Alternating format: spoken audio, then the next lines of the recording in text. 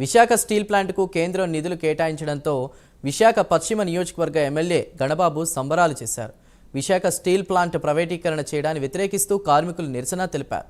కేంద్ర ప్రభుత్వం స్టీల్ ప్లాంట్కు నిధులు కేటాయిస్తున్నట్లుగా ప్రకటించింది. దీంతో ఎమ్మెల్యే గణబాబు తన నివాసం వద్ద స్టీల్ ప్లాంట్ కార్మికులతో కలిసి టపాసులు కాల్చి సంబరాలు చేశారు. ఈ ఉత్సవానికి ప్రధానమైనటువంటి కారణం స్టీల్ ప్లాంట్ పరిరక్షణ.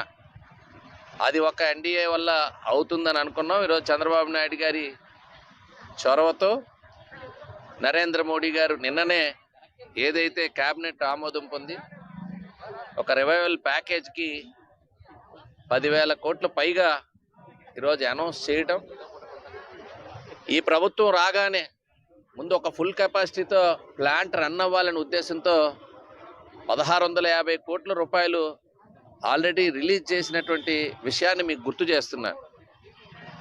ఒకవైపు రాష్ట్ర ప్రభుత్వం నుంచి పవర్కి సంబంధించినటువంటి అంశాలు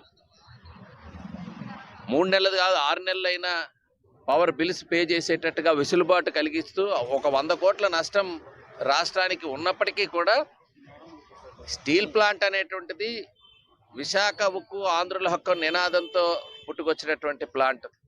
ఈ ఉత్సవాలకి ప్రధానమైనటువంటి